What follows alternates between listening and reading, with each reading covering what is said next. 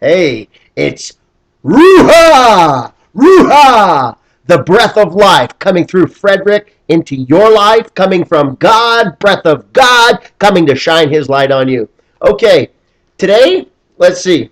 It's a little more serious today because I've recently started some acting classes like theater, TV, film. Just, I'm a rookie and I'm trying to figure it all out. So, what I want to do today is we've got monologues in our last class, and I haven't even looked at them. So I want to read them, and because I haven't looked at them, it's like a cold read. And I get to look at myself on camera here to see what I look like, especially when I don't know the material. And the cool thing is, because I told you I'm inviting you into my life, you get to see this as well. One day when I'm like in Hollywood making my first major motion picture, you're going to be like, I knew that Frederick when he was just a chubby white boy. All right. So I'm just going to go through a few of the things we've been getting in class. And hey, have fun with it. Start like this. If you are a dreamer, come in. If you are a dreamer, a wisher, a liar, a hoper, a prayer, a magic bean buyer, if you are a pretender, come sit by my fire, for we have some flax golden tales to spin. Come in, come in, come in. Good one, eh? Okay, getting real here. Oh yeah, we did this one day, and I know where it's from now, but I didn't at the time. So,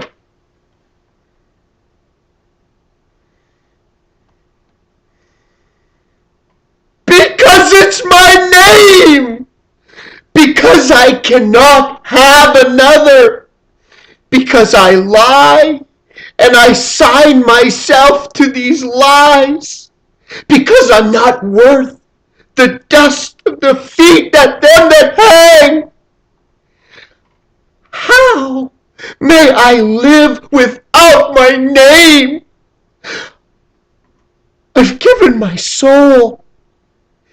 Leave me my name! Okay. Now, here's some ones we just got, eh?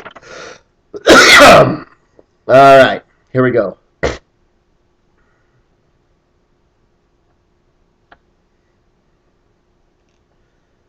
That's an example.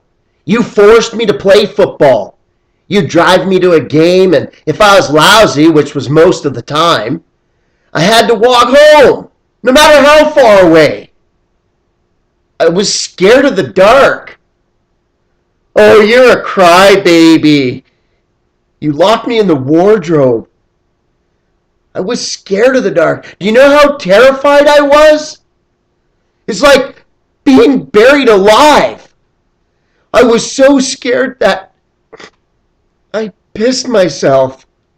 I sat there for hours in the dark in my wet pants. What about when you fired me? Huh? You got security guards to throw me off the premises? I go home to see Mom, and my paintings that were in the hallway were all gone. You burnt them?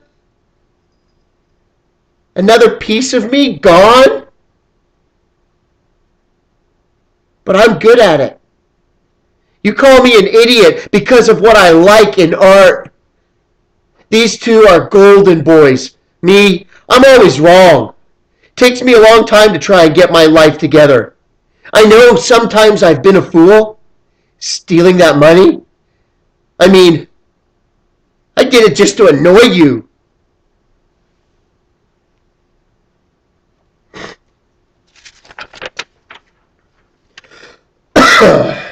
Again, cold readings. I haven't read these. I don't even know what they are, or who wrote them, or whatever. And I'm just going by like as I read it. So it's cool. I get to check this out as well with you.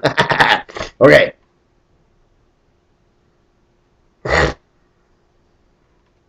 How about like this? Okay, rubber duck. Actor ready? Ready. Camera rolling. Action. I like jokes. Here's a good one. She never sent the divorce papers to her lawyer. To a towering romantic hero like you, I don't doubt I'm somewhat common, but I am nevertheless what she was chosen, what she has chosen. And we must respect what the woman wants. If you go near her again, I promise you, I will kill you. I have patience to see. Listen, I've spent last week talking about you. Anna tells me you hooked up with her, with your eyes closed. She tells me you still cry for your mother. Your mummy's boy. Should we stop this? You don't know the first thing about love because you don't understand compromise. You don't even know Alice. Consider her scar. How does she get that? When you leave, doubtless you'll notice the beautiful girl in the reception. She's my next patient. She has an illness called dermatitis afferatica. It's a mental disorder manifested in the skin. The patient manufactures his or her very own skin disease. You know, they pour bleach on themselves, gouge their skin, inject themselves with their own urine, sometimes their own feces. They create their own disease with the same diabolic attention to detail as the artist or the lover. It looks real, but its source is the deluded self. Our flesh is ferocious. Our bodies will kill us. Our bones will outlive us. I think Alice mutilated herself. It's fairly common in children who lose their feeling, parents young, that, you know what? I'm going to be honest. I'm reading this cold, and I don't get it. I don't like it.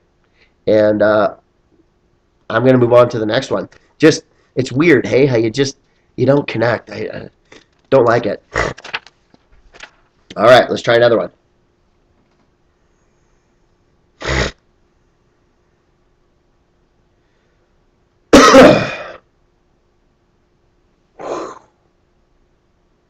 Do you really not know who I am?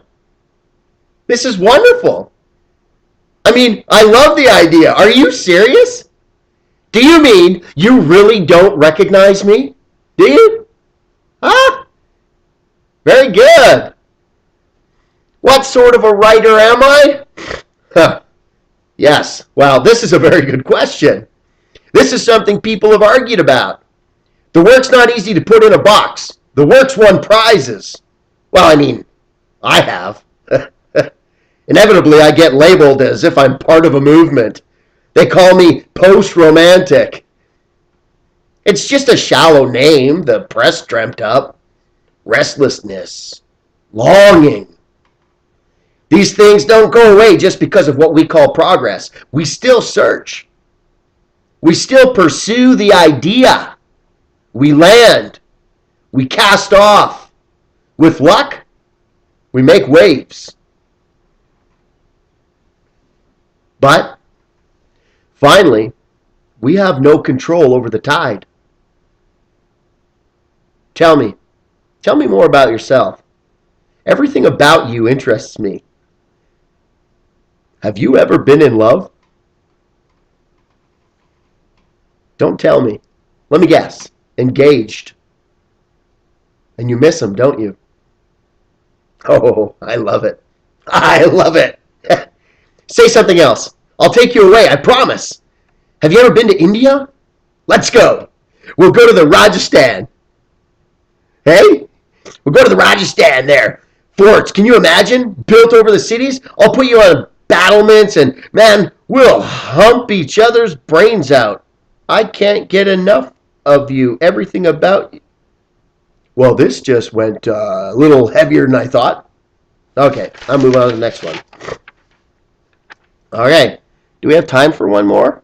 I'm going to try and see here. Well, at least I'll know. It's the last one. Well, I wasn't in the party mood, and Wayne Haley and Calcutt and Davo, they were all there. It was like everyone was really aggro. You know, I wandered off on my own, went in the water. Down on the other end of the beach, I was splashing around, a bit under the weather, you know. I was a little bit pissed, but not that pissed. And I started to wonder what it would be like to, just go under. It's the way I was feeling. But then That really freaked me out. Anyway, I came out and I went up to the sand hills. And I had a couple of cones. I bought off Davo, and I was sitting up there having a smoke, having a think, a think and a smoke. And it started to feel okay, And it was quiet. I could hear Gary's band back in the hall and bashing some poor bloody song, rock and roll to death. But out here it was quiet. I was just getting myself together to come and find you. Get back into it, sort of. And I saw down below me, between me and the water, and a moon shining on the sea like in a movie. Scott Abbott dragging someone across the sand hills. Scott was pulling her by the arm. Tracy, come on, Tracy. Giggling, at least that's what it sounded like from a distance. And he pulled her down on the ground, and he never stopped talking the whole time, talking her into it, talking her through it. And then she wasn't giggling anymore. She started to sound like some animal in pain. And he's got hand clamped over her mouth, and then the other two lobbed, couldn't see their faces, but I could hear their voices, and Davo and Wayne Haley watching, barracking, cheering them on, fighting about who was going to go first with the sloppy seconds. I didn't know that was going to be like that. Holy ding dong. I'm going to have to rate this like PG-13. Holy ding dong. Okay, I'm going to sign off. I'm going to watch them. And these are monologues. I guess I should warn the kids not to watch them at the beginning. Sorry, folks.